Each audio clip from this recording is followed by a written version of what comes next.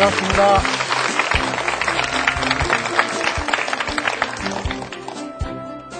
이번 시간에는 예고해드린 대로 그 경기를 진단하는 법, 그리고 예측하는 법에 대해서 얘기를 나눠보도록 하겠습니다. 그 경기 정확하게 진단하고 예측하면 좋겠죠? 네. 주식 투자하는 사람들 더 좋아할 겁니다. 기업인들 그 정확한 진단법, 예측법을 안다면 되게 반길 겁니다. 뭐 정책 당국자도 마찬가지입니다. 경기를 진단하고 예측하는 것은 경제에 있어서 어느 문제보다 중요합니다. 그럼 이제 예를 들어서 사람이 의사의 진찰을 받을 때 왜 진찰을 받을까요? 아프지 않을까? 병에 걸리지 않았을까? 이런 것 때문에 진찰을 받죠. 경기 진단도 마찬가지입니다. 경기 진단을 하는 목적은 국가 경제가 혹시 병에 걸린 것은 아닌가? 이걸 알기 위해서 진단을 합니다. 근데 희한하게도 경제학에는 병리학이 없습니다. 경제병리학 여러분 들어보셨어요? 네. 경제학에는 병리학이 없습니다. 경제학은 국가 경제를 하나의 유기체로 봅니다. 생산과 분배와 그리고 소비가 유기적으로 순환하는 그런 유기체로 봅니다. 근데 그 유기체가 인간의 유기체만큼 작동을 잘 할까요? 그렇지 않습니다. 인간은 병에 걸릴 때는 고통도 느껴지고 혈압도 높아지고 체온도 오르죠. 경제에는 그런 지각 능력이 없습니다. 그렇죠? 근데 우리 인간에게는 생략보다 훨씬 더 범위도 넓고 깊이도 깊은 병리학이 있습니다. 근데 왜 경제학에는 병리학이 없죠? 지금 경제학의 가장 큰 문제점이 바로 이 병리학이 없다는 겁니다. 그래서 병리학을 중심으로 경기 진단하는 법을 지금부터 말씀드리도록 하겠습니다. 우리 인류가 겪은 경제 질병 중에서 대표적인 것을 꼽으라면 저는 세계 대공황, 그리고 초인플레이션, 일본형 장기 성장, 장기 저성장, 우리나라가 최근에 겪었던 외환위기, 그리고 과거에 영국이 겪었던 영국병, 이런 것을 꼽을 수 있을 겁니다. 사람의 질병은 종류도 다양하지만 또 원인도 여러 가지죠. 바이러스가 침투해서일 수도 있고 그 바이러스 종류도 여러 가지죠. 또 신체 기능 중 어느 게 제대로 작동을 하지 않아서 병이 오기도 하죠. 근데 경제 질병의 경우에는 근원이 딱 하나밖에 없는 것 같습니다. 특히 중대한 경제 질병일 경우에는 그 원인이 딱 하나라는 게 제 40년 동안 연구한 결과입니다. 그게 바로 경기 과열입니다.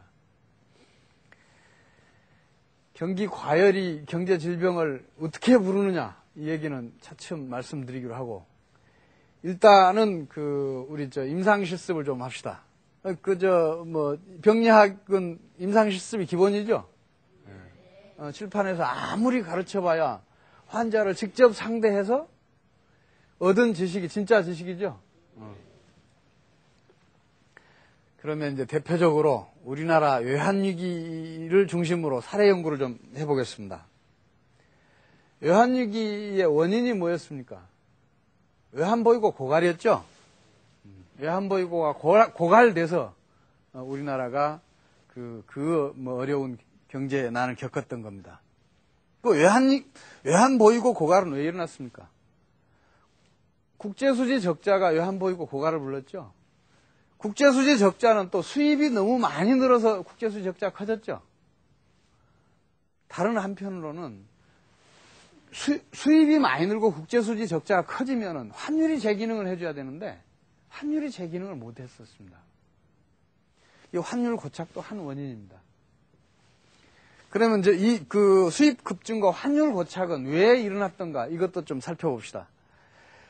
수입 급증은 우리가 생산할 수 있는 능력보다 더 많이 소비하니까 수입이 늘어난 거죠. 우리 국가 경제가 갖고 있는 생산 능력보다 더 많이 소비한 겁니다. 이 초과 수요의 발생은 왜 벌어졌는가? 이거는 곧 뒤에 말씀드리겠습니다만 통합 팽창과 재정 팽창이 불렀습니다. 그 한편으로 그 초과 수요가 있더라도 우리 국가 경제의 경쟁력이 높았더라면 이 외환 보유고가 고갈되는 일은 없었을 겁니다. 이 국제 경쟁력이 약화되니까 수입이 또 급증한 겁니다. 그럼 국제 경쟁력 약화는 무엇이 불렀냐? 이거는 공공부문 비대화가 불렀습니다. 이것도 곧 이어 말씀드리겠습니다. 또 환율 고착은 또 어떻게 해서 일어났나? 이 정부에서 당시에 김영삼 정부에서 국민소득 1만 달러 달성, 그리고 OECD 가입, 이걸 지나치게 집착을 했습니다. 그 바람에 달러화를 유지를 하려고 그랬죠. 또 다른 원인은 이 종금사 허가를 남발을 했습니다. 당시에 종금사라는 것은 황금알을 낳는 거위였습니다. 외국 이자율과 국내 이자율, 이 차이가 10%가 넘어갔습니다. 외국에서 돈을 빌려다 국내에다 돈 장사를 하면 그냥 앉아서 10% 버는 겁니다, 1년에. 황금알을 낳는 거위였습니다. 그래서 종금사를 서로 살려고 기업들이 눈에 불을 켰습니다. 이제 그때 정치자금이 좀 들어갔죠.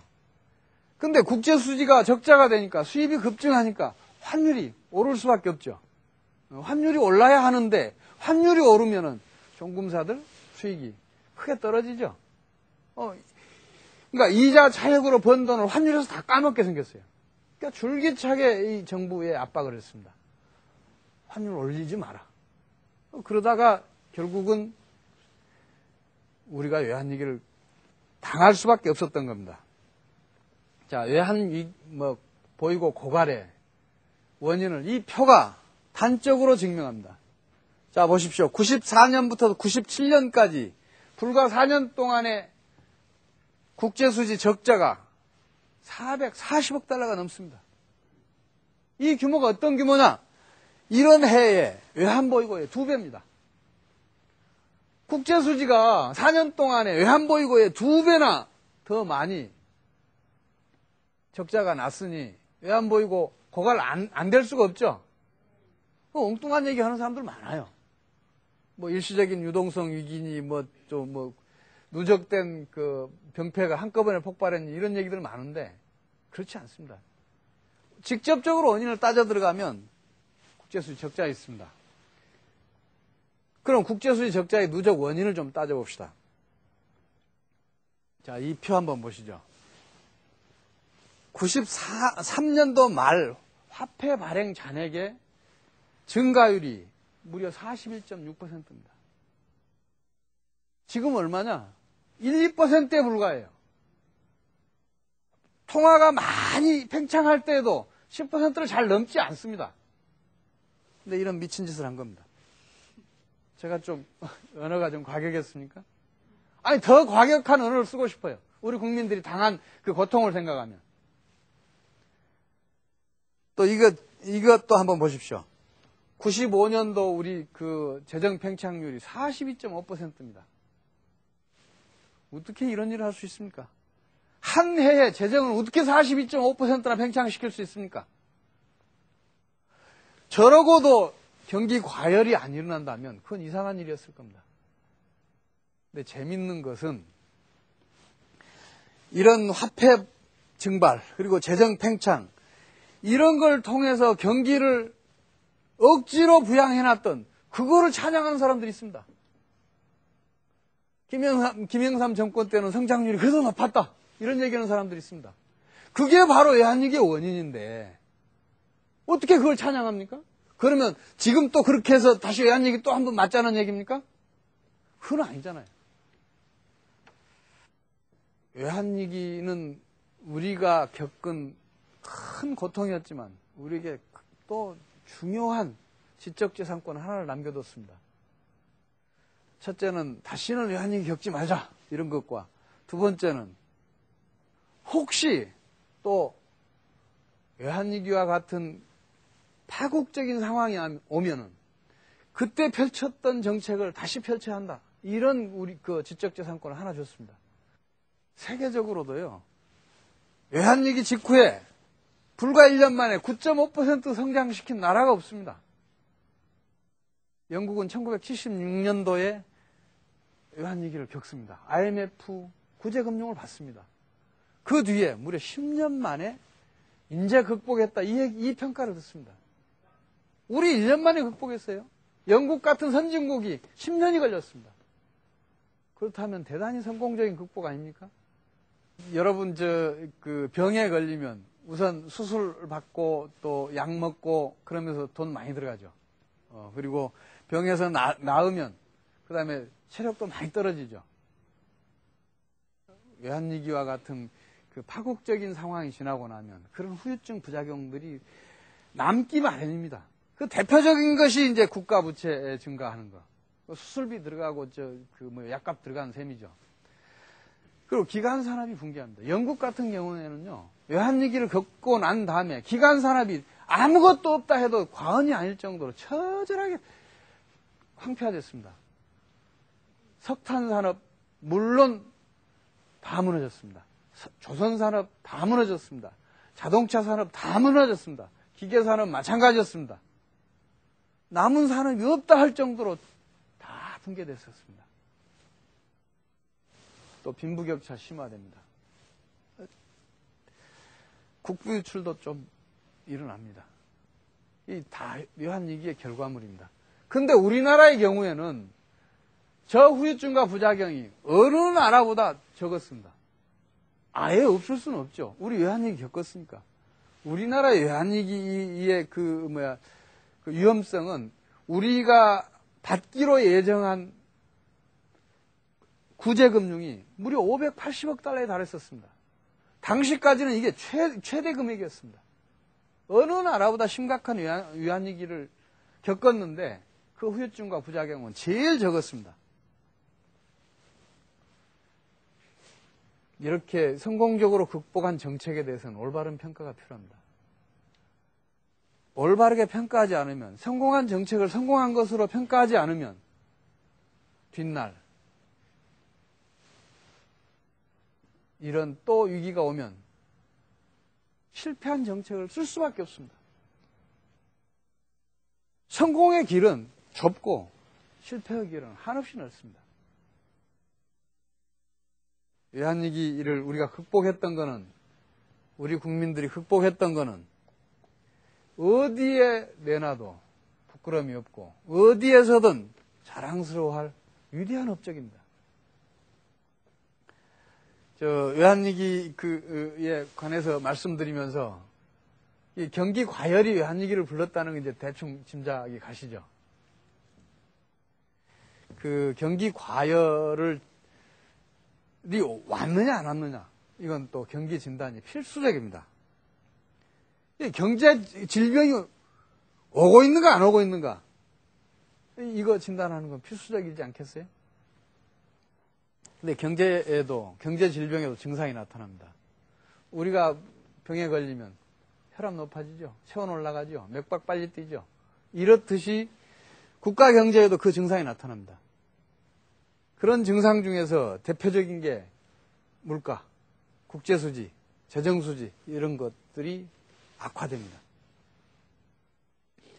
물가가 갑자기 불안해지거나 국제수지 악화가 갑자기 진행되거나 이런 경우에는 경기가 과열되었다고 판단하면 거의 틀림없습니다. 어떻든 간에 경제 병리학의 출발점은 경기 진단입니다. 경제 예측을 할 수 있으면 금상첨화죠. 경제 예측, 경기 진단의 중요성은 제가 굳이 강조해서 말씀 안 드려도 되죠. 개인으로서는 큰 돈 벌 수도 있고 또 큰 손해 면할 수도 있고, 기업으로서도 도산을 막을 수 있고 또 성장도 할 수 있고 도태당하지 않을 수도 있습니다. 국가적으로는 경기 흐름을 거스리는 정책을 펼치지 않을 수 있습니다. 그럼 우리나라 경제연구소들, 그리고 정부, 그리고 정부 기관들, 우리 경제 예측을 얼마나 정확하게 했을까요? 이 표를 한번 보시죠. 98년도 우리나라 성장률 마이너스 6.9%였습니다. 우리 정부 및 국내 경제연구소들 6에서 7% 예측했습니다. 무려 13%는 내어 틀렸습니다. 99년도 성장률 마이너스 1.7에서 2.1 예측했습니다. 근데 실제로 9.5 나왔습니다. 또 10% 이상 틀렸죠. 그 이후에도 3, 4%씩 꼭 틀렸습니다. 더 중요한 거는 경기가 상승할 때는 하강한 것으로 진단을 하고 경기가 하강할 때는 상승한 것으로 진단한 경우가 많았습니다. 경기 진단과 예측이 잘못됐다면 정책 실패는 예정된 것이나 마찬가지입니다. 이거 한번 보시죠. 외환위기 후에 우리 경제가 급강하했다, 급상승했다, 다시 급강하했다, 다시 급상승했다. 그렇죠? 이게 바로 정책 실패의 증거입니다. 한번 보십시오. 9.5% 그러니까 마이너스 6.9%에서 9.5% 성장률로 갈 때, 경기가 급상승할 때, 지하 7층에서 지상 10층까지 올라갈 때, 추경 예산을 두 차례에 걸쳐서 4조 원을 편성합니다. 금리를 또 6.2%에서 4.7%로 인하합니다. 당연히 경기 과열될 수밖에 없었죠. 2000년도에도 마찬가지였습니다. 경기 흐름과는 전혀 맞지 않는 그런 경제 정책이 시행됐던 겁니다. 그래서 결과가 이런 것입니다. 급상승했다, 급강하했다. 이런 일이 반복됐던 겁니다. 지금부터 세계에서 가장 정확한 경제 예측 방법을 여러분께 말씀드리겠습니다. 이거 배워두시면 여러분들 개인적으로도 도움이 많이 될 겁니다. 제가 왜 세계적이라는 말씀을 드리냐면, 우리 99년 성장률을 IMF, DRI, 웨파, II 이름만 들어도, 경제 전문가들의 이름만 들어도 전부 다 잘 아는 세계적인 경제 전문 기관들입니다. 그 기관들의 예측치가 우리가 실제 실현한 실적하고 10% 이상 격차가 났습니다. 지금부터 제가 말씀드리는 이 경제 예측 방법은 그런 위험을 피할 수 있는 방법들입니다. 우선 경기를 진단하고 하기 전에 제가 여러분들께 한 말씀 드릴 게 있습니다. 뭐냐면, 경기가 상승하느냐 하강하느냐와 호조이냐 부진이냐를 반드시 구분해야 한다는 것입니다. 경기가 좋고 나쁘고 이게 중요한 게 아니라 향후 경기가 어떻게 흘러갈 것인가는 경기가 지금 상승하고 있는가 하강하고 있는가가 결정합니다.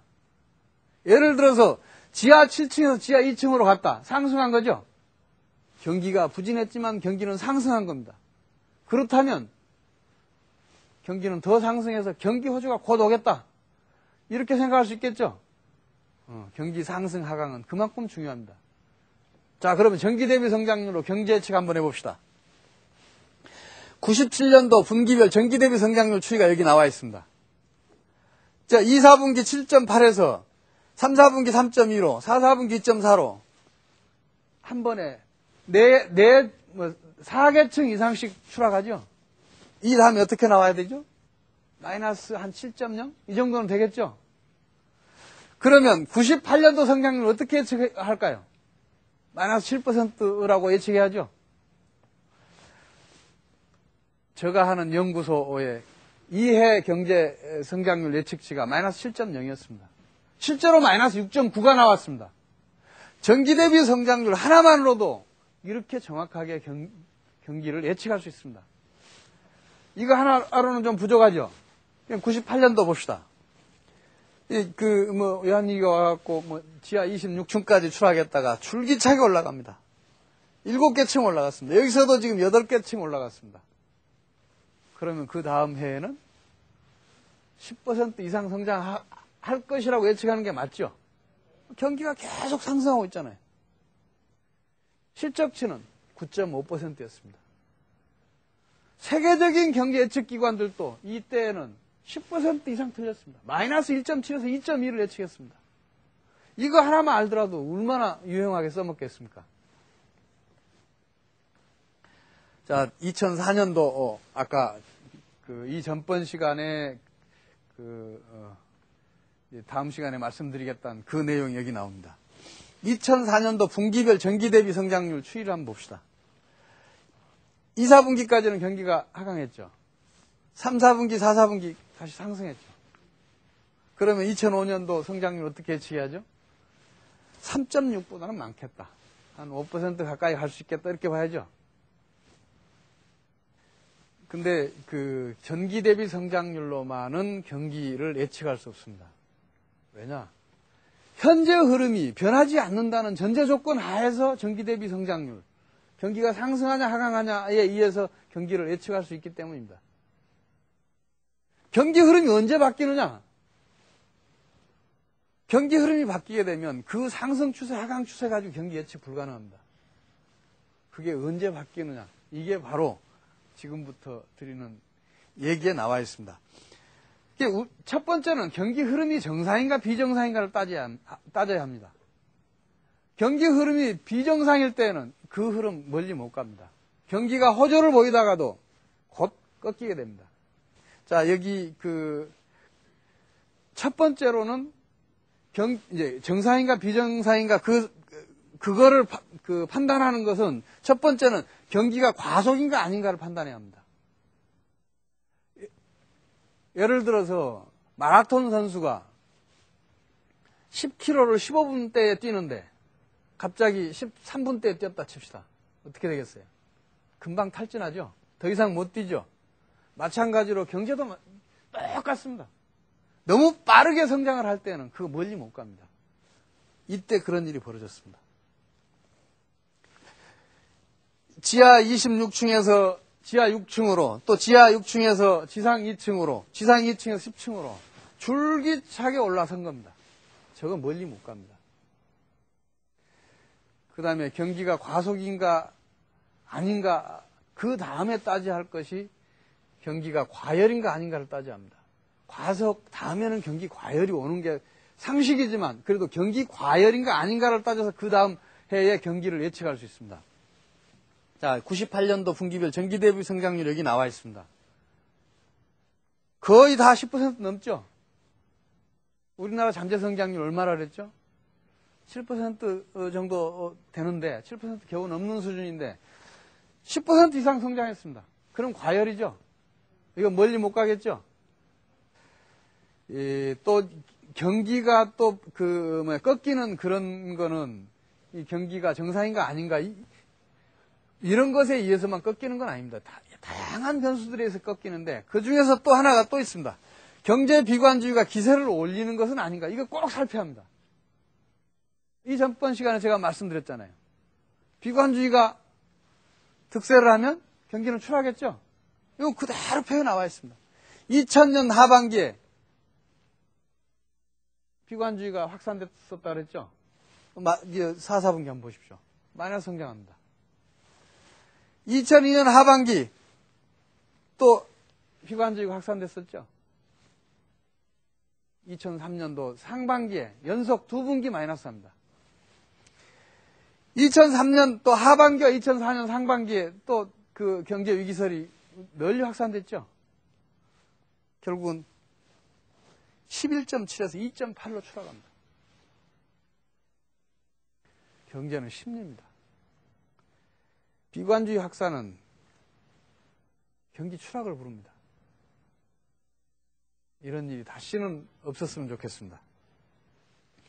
그 다음으로 또 하나 관심 있게 봐야 될 게 생산자 물가와 소비자 물가를 비교하면 경기 향방을 알 수 있습니다. 소비자 물가 상승률이 생산자 물가 상승률보다 높을 경우에는 생산자들은 이익 많이 보죠. 생산자들 이익을 많이 보면 생산을 많이 늘리죠. 생산을 많이 늘리면 경기는 좋아지죠. 소비자 물가 상승률과 생산자 물가 상승률을 비교하면 경기가 어떻게 갈 것인가를 쉽게 알 수 있습니다. 93년, 94년도에는 소비자 물가 상승률이 더 높았습니다. 그러니까 성장률은 높아질 수밖에 없습니다. 98, 99년도 마찬가지였고 2001년도에도 마찬가지였습니다. 반대일 경우에는 경기는 바로 하강했습니다.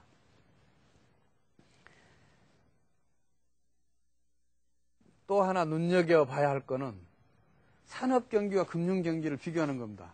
주식시장이 화랑을 보이면 경기는 살아납니다. 반대로 주식시장이 약세장으로 가면 경기는 죽습니다. 이 표에 보시면 80년대 주가지수와 성장률 추이가 나와 있습니다. 83년과 84년 주가지수가 121.2에서 142.5로 갈 때 성장률이 높게 올라갑니다. 그 뒤로 줄기차게 주가지수가 올라서 200, 500, 900까지 올라갈 때 성장률은 11%를 넘어갑니다. 제가 이런 얘기를 하니까 국내 경기가 좋아서 주가지수가 좋았던 거 아니냐 이런 얘기를 합니다. 경제 문제에 있어서는 어떤 게 원인이고 어떤 게 결과인지를 따지기가 참 어렵습니다. 대부분의 경우에 서로 물고 물리기 때문입니다. 주식시장이 강세를 보여서 경기가 좋아지고 경기가 좋아지니까 다시 주식시장이 강세를 보이고 이런 현상이 벌어집니다. 따라서 어떤 것이 앞서가는가 그걸 먼저 봐야 합니다. 근데 주식시장의 경우에는 국내 경기보다 주식시장이 먼저 가는 경우가 많습니다. 여러분들께서 주식시장이 상승장세다. 그러면 다시 경기가 상승할 것이다. 경기가 상승할 것이다. 이 대목에서 여러분들이 주식 투자 준비하시면 큰 돈 벌 기회를 잡을 수 있습니다. 왜냐? 경기가 다시 상승을 하면 주식시장이 상승하기 때문입니다.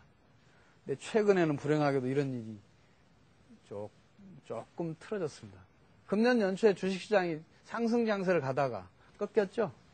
경기도 같이 꺾였습니다. 만약에 그 장세를 유지했더라면 경기가 살아나고 지금 주가지수가 아마 1200, 300 넘었을 겁니다. 그런 상호작용을 해요. 이것만 잘 보시더라도 여러분들이 이제 하는데 좀 많이 도움이 될 겁니다. 80년대뿐만이 아닙니다. 70년대에도 마찬가지였습니다.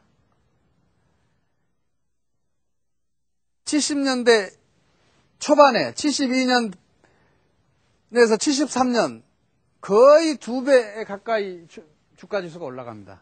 그러니까 성장률은 또 12.8%까지 올라갑니다. 76년, 77년, 78년 이때는 해외 건설 호조가 증시를 달궜던 때입니다. 그러니까 성장률도 이렇게 높아지는 겁니다. 또 이제 90년대 주가지수도 예외가 없습니다. 주식시장이 호조를 보이면 경기는 반드시 상승합니다. 근데 왜 그럴까요? 주식시장이 잘 나가면 왜 경기는 상승할까요? 이거는 통화와 금융에 대해서 좀 이해를 할 필요가 있습니다. 흔히 통화라는 거는 통화에는 기본적인 기능이 두 가지가 있습니다. 첫째는 거래수단. 거래수단으로 쓰이죠. 그 다음에 가치저장수단. 이 두 가지 기본적인 기능을 가지고 있습니다. 가치저장수단으로서의 기능과 거래수단으로서의 기능을 가진 재화는 통화로 보면 되죠. 주식도 마찬가지입니다. 주식도 가치저장수단, 거래수단으로 쓰입니다. 따라서 통화의 기능을 가지고 있습니다. 주식시장이 강세를 보이면 통화량이 많이 늘어난 효과를 나타냅니다. 통화가 많이 늘어나면 경기는 생산도 활발해지고 소비도 활발해집니다. 그래서 경기는 상승하는 겁니다. 다만 이제 주식시장의 경우에는 쉽게 달궈지는 그런 특성이 있습니다. 그래서 아까 경기진단법 중에서 제가 말씀드렸죠. 과석이 제일 위험하다고. 과속을 하면 반드시 꺾이게 돼 있다고. 마라톤 선수가 15분대에 달려야 할 거 14분대에 달리면 바로 탈진하죠. 마찬가지 현상이 주식시장에서도 그대로 재현됩니다. 주식시장이 지나치게 빨리 오르면 오를수록 그거는 머지않아 꼬꾸라집니다. 또 깊이 꼬꾸라집니다. 이걸 주의를 해야 합니다. 그러면 경기를 안정시키기 위해서는 어떻게 하죠? 주식시장이 과속을 보이지 않도록 해야 합니다. 주식시장을 안정적인 성장으로 이끌면 경제는 자동적으로 안정적인 성장을 합니다.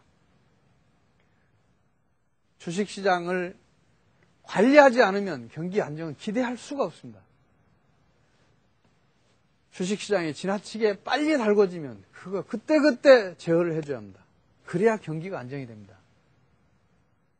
제가 경기 예측 진단 방법에 대해서 특별한 게 뭐 하나 떼어서 그 1시간을 잡은 거는 이런 중요한 의미를 갖기 때문입니다. 강의를 마무리 지으면서 우선 질문을 받도록 하겠습니다. 예, 주식 시장을 정부에서 관리를 해야 안정이 된다고 하셨는데요. 그러면은 이게 혹시 정부 간섭이 되지는 않을까 그런 의구심도 생기거든요. 실제로 그런 역할을 하는 사람이 있습니다. 미국의 연방준비제도 이사회 의장인 그린스펀이로서 그런 일을 합니다. 주식시장이 과열될 것 같을 경우에는 꼭 경고를 합니다. 거의 애 없이 경고를 합니다. 그래서 주식시장을 미국이 90년대 내내 그러니까 초장기 호황을 누렸었는데 거기에 결정적인 역할을 한 게 주식시장 관리입니다. 주식시장이 1000대에서 10,000대까지 올라갈 때까지 줄기차게 관리해주면서 너무 빨리 오르지 않게 해줘서 지금까지 온 겁니다. 만약에 우리나라처럼 금방 달궈졌더라면 또 금방 꺾이면서 경기가 어려워졌을 겁니다. 경제 예측이라는 게 그렇게 쉬운 것은 아닙니다. 경기를 상승시키는 변수와 경기를 하강시키는 변수가 함께 작용할 때에는 이건 고도의 수련을 필요로 합니다. 어느 게 힘이 세냐? 이걸 판단하는 게 쉽지가 않습니다. 그래서 꼭 주의를 요합니다. 그러나 제가 지금까지 드린 말씀만 잘 이해를 하시고 스스로 수련을 쌓으시면 세계 최고의 경제 전문가 소리를 들을 수 있습니다. 자, 그럼 마무리할 시간이 다 된 것 같습니다. 경기 진단과 예측은 어느 무엇보다 중요합니다. 재미없는 얘기를 굳이 제가 이 시간에 따로 떼어서 한 것은 다음 시간에 말씀드릴 내용들, 그것의 전제 조건이기 때문에 그렇습니다.